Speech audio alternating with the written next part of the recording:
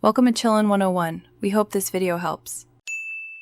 You start by making sure the account linked to Clash Royale has an active payment method. This is fundamental because the store mediates purchases. Open Google Play or App Store and confirm you're signed into the intended account, then add or confirm a card or PayPal.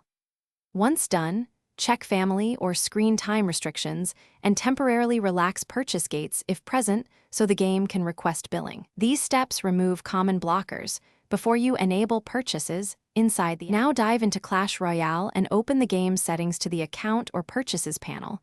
You do this because the game initiates the billing request to the store.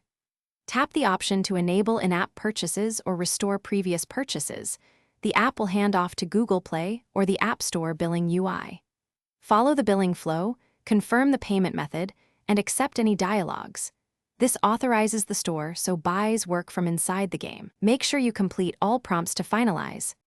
Finish by testing with a small, inexpensive purchase so you verify billing and item delivery. Doing this confirms everything works end-to-end. After purchase, restart the game and confirm gems or offers appear in your inventory and keep the store receipt for reference. If things go wrong, first reconfirm the Play or Apple ID, payment validity, and any parental or family purchase restrictions, then retry. If persistent errors occur, clear cache or reinstall and attempt the test purchase again. Thanks for watching. Consider subscribing if we helped you.